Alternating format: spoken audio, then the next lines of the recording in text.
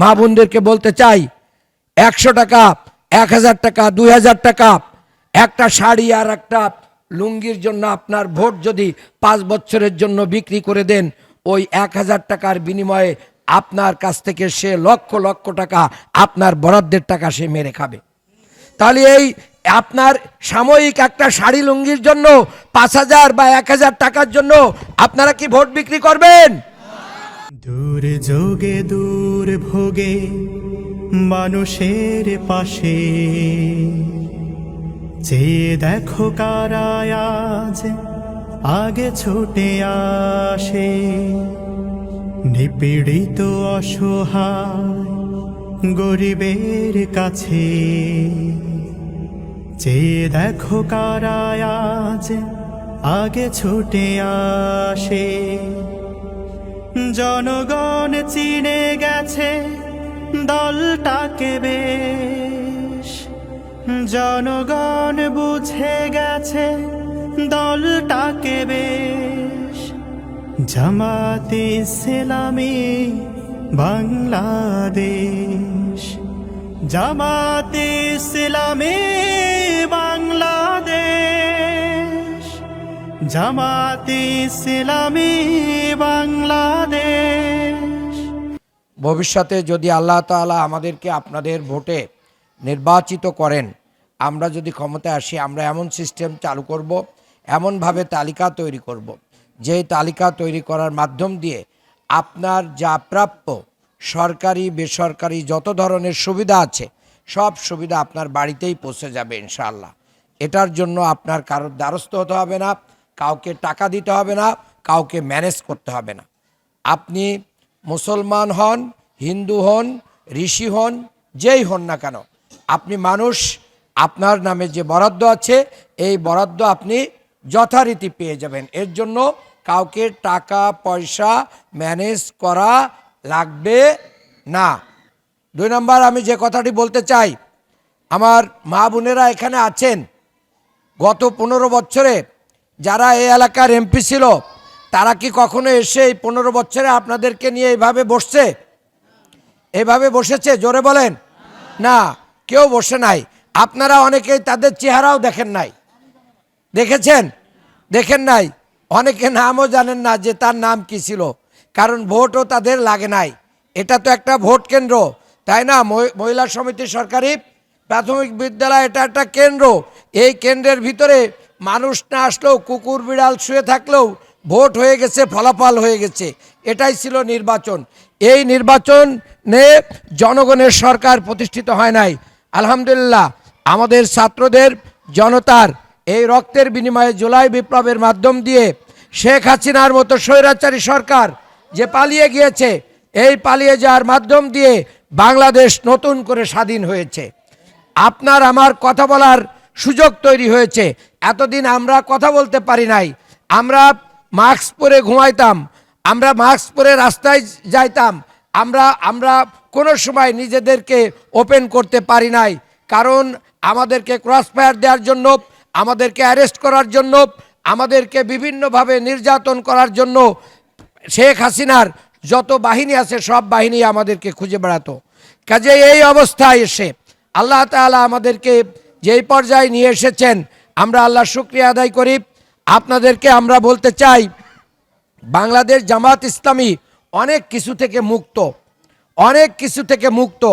কি থেকে মুক্ত? যদি আমরা বলি বাংলাদেশের প্রধান সমস্যার নাম কি, তাহলে আপনারা বলবেন বাংলাদেশের প্রধান সমস্যার নাম হচ্ছে দুর্নীতি। বাংলাদেশের প্রধান সমস্যার নাম কি? দুর্নীতি। বাংলাদেশের জামাত ইসলামীর কোনো নেতা দুর্নীতি করে না, তারা দুর্নীতি মুক্ত। কি বলেন? বাংলাদেশ জামাত ইসলামীর নেতাদের কাছে যদি সরকারি বরাদ্দ 100 টাকা আছে, আপনি 100 টাকায় বুঝে পাবেন এখানে আপনাকে 1 টাকাও কম দেওয়া হবে না, কারণ নেতারা দুর্নীতি করে অন্যের গরিবের পয়সা খায় না। তো এটা আমাদের রেকর্ড আছে। 2 নম্বর, জামাত ইসলামীর যারা নেতা এবং কর্মী তারা মাদক মুক্ত। তারা কি? মাদক মুক্ত। আমরা মাদক খাই না, আমরা মাদকের ব্যবসা করি না। আমাদের নেতা কর্মীরা মাদক লালন পালন, মাদক কারবারিদেরকে লালন পালন করে না। কাজেই আমরা এই সমাজে মাদক বড় সমস্যা না ছোট সমস্যা বলেন? মাদকের কারণে আমাদের ছেলে মেয়েরা নষ্ট হচ্ছে না হচ্ছে না? আপনারা কি চান যে আপনার ছেলে মেয়ে মাদকে নষ্ট হয়ে যাক? আপনারা চান না। কাজেই আসুন, মাদক মুক্ত করতে হলে জামাত ইসলামীকে ভোট দিতে হবে, কারণ জামাতের নেতা কর্মীরা কি মাদক মুক্ত। যে দলের নেতা কর্মীরা মাদক মুক্ত সেই দলের নেতাদের ভোট দিলে আপনি মাদক মুক্ত বাংলাদেশ পাবেন। 3 নাম্বার আমি এখানে ওপেন জিজ্ঞাসা করতে চাই, চাঁদাবাজির ক্ষেত্রে জামাত ইসলামীর নাম কি এই ঢাকা 6 বা বাংলাদেশে কোথাও শুনেছেন? চাঁদাবাজ বাংলাদেশে একটা বড় সমস্যা। আমরা ডাল ভাত খেয়ে থাকা লোক, আমরা না খেয়ে থাকা লোক। কাজেই আমাদের অনেক ধরনের অভ্যাস আছে। আমরা মাসে রোজা রাখি, সাপ্তাহিক রোজা রাখি, না খেয়ে থাকার অভ্যাস আমাদের আছে। কাজেই আমাদের এত বেশি খাওয়া লাগে না, এত বেশি জৌলুস আমাদের লাগে না। কাজেই আমরা অতিরিক্ত টাকা পয়সা ইনকাম করার ধান্দায় থাকি না। হারাম টাকা আমাদের শরীরে ঢোকে না। কাজে হারাম টাকা যাদের শরীরে ঢোকে না তাদের কাছে বাংলাদেশ কি নিরাপদ না নিরাপদ না? বাংলাদেশের সম্পদ, বাংলাদেশ নিরাপদ, আপনিও নিরাপদ, আপনার সম্পদ নিরাপদ। আপনি এলাকায় একটা বাড়ি করবেন, আপনাকে নাকি কারো কারো কাছে পয়সা দেয়া লাগে। হ্যাঁ, অমুক দোকানতে সিমেন্ট না কিনলে আপনার বাড়ি করতে দিবে না, অমুক দোকানতে রড না নিলে আপনার বাড়ি করতে দিবে না। এই এলাকা কি বাংলাদেশ সরকার আপনাকে লিখে দিচ্ছে নাকি? এটা কি লিখে দিয়া? আমরা নির্বাচিত হলে এই জাতীয় যত সন্ত্রাস আছে আমরা দূরীভূত করবো ইনশাআল্লাহ। কাউকে জুলুম করতে দিব না, কাউকে অন্যায় করতে দিব না। অন্যায়কারী সে যত বড়ই শক্তিশালী হোক তাকে আমরা প্রতিরোধ করব ইনশাআল্লাহ। আমরা যদি অন্যায়কারীর বিরুদ্ধে যাই, আপনারা আমাদের পক্ষে থাকবেন না থাকবেন না? থাকতে হবে। সবাই মিলে অন্যায়কারীকে একবার প্রতিহত করে দিলে সে যত বড় মাস্তান হোক, সন্ত্রাস হোক, অস্ত্রবাজ হোক, একবার যদি তাকে রুখে দেওয়া যায়, সে যদি শেখ হাসিনার মতন দিল্লি যেতে বাধ্য হয় তাহলে আর কোনোদিন মাথা উঁচু করে দাঁড়াতে পারবে না। আমরা এটা করব তো ইনশাআল্লাহ? আমরা এটা করব, আমি আপনাদের সামনে থাকবো ইনশাআল্লাহ।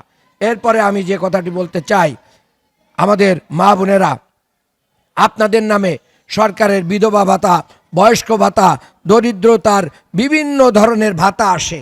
সেই ভাতাগুলো অনেক সময় আপনাদেরকে না দিয়ে যাদের কাছে আসে তারা তাদের আত্মীয় স্বজন, ছেলে মেয়ে, পরিবারের নামে নিয়ে এগুলো লুটপাট করে খেয়ে ফেলে।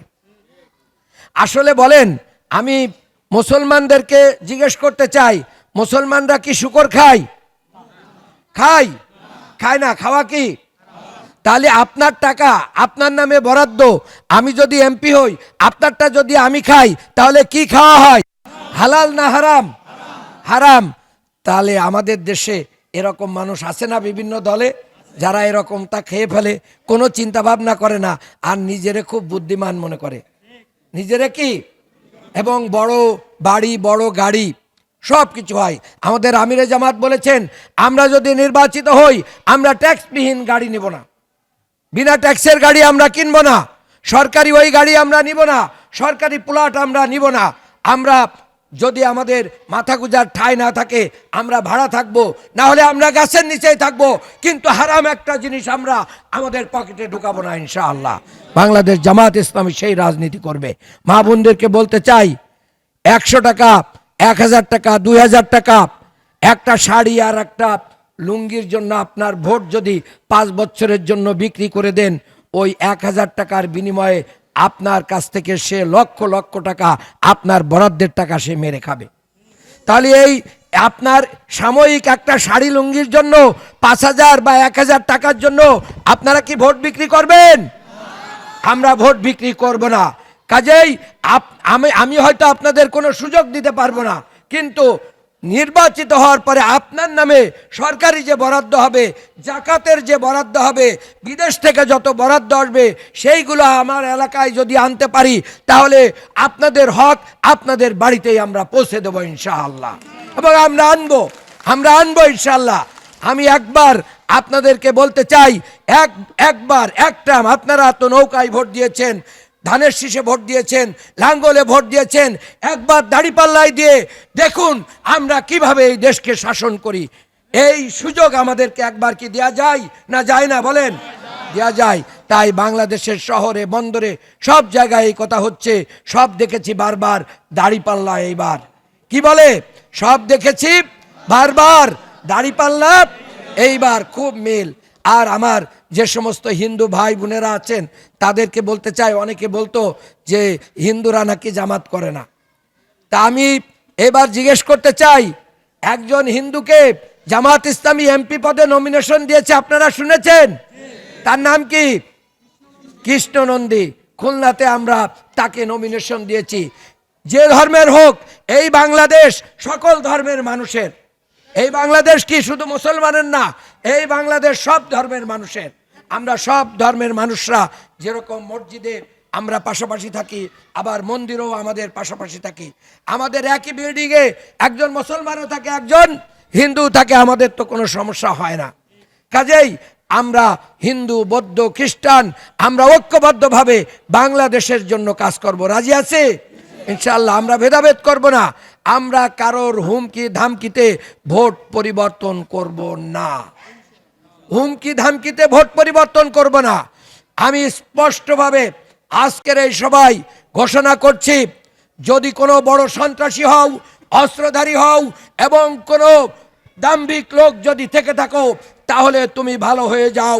যদি না হও, ভোট কেন্দ্র দখলের যদি পায়তারা করো, ভোটে সন্ত্রাস করতে চাও, আমরা শক্ত হাতে প্রশাসনকে দিয়ে এবং নিজেদের শক্তি দিয়ে তোমাদেরকে, সাধারণ জনগণকে সাথে নিয়ে তোমাদেরকে প্রতিহত করে এই বাংলাদেশে মানুষের ভোট অধিকার প্রতিষ্ঠিত করবই ইনশাআল্লাহ। এই ভোট অধিকার প্রতিষ্ঠায় আমরা ছাড় দিব না। হিন্দুরা এই দেশের নাগরিক, তারা সংখ্যালঘু না, তারা বাংলাদেশের নাগরিক। তাদেরকে সকল নাগরিক অধিকার তাদেরকেও দিতে হবে। এখানে সংখ্যাধিক্য বলে কোনো মুসলমান কোনো হিন্দুকে নির্যাতন করতে পারবে না। আমরা তা করতে দিব না। আমরা তাদের নিরাপত্তা নিশ্চিত করব। 5ই আগস্টের পরে আমরা হিন্দুদের মন্দির এবং বাড়িঘর, ব্যবসা প্রতিষ্ঠান আমরা পাহারা দিয়েছি না? দেই নাই? দিয়েছি। কাজেই আপনারা, আমাদের এখানে ভেদাভেদ নাই। মুসলমান এমন একটা ধর্ম আমাদেরকে যা শিখিয়েছে, এখানে উঁচু বাড়ু, উঁচু নিচুর কোনো ভেদাভেদ নাই। কাজে আপনি ঋষি, আপনি অমুক, আপনি ব্রাহ্মণ, এইগুলোর ভেদাভেদ আমাদের নাই।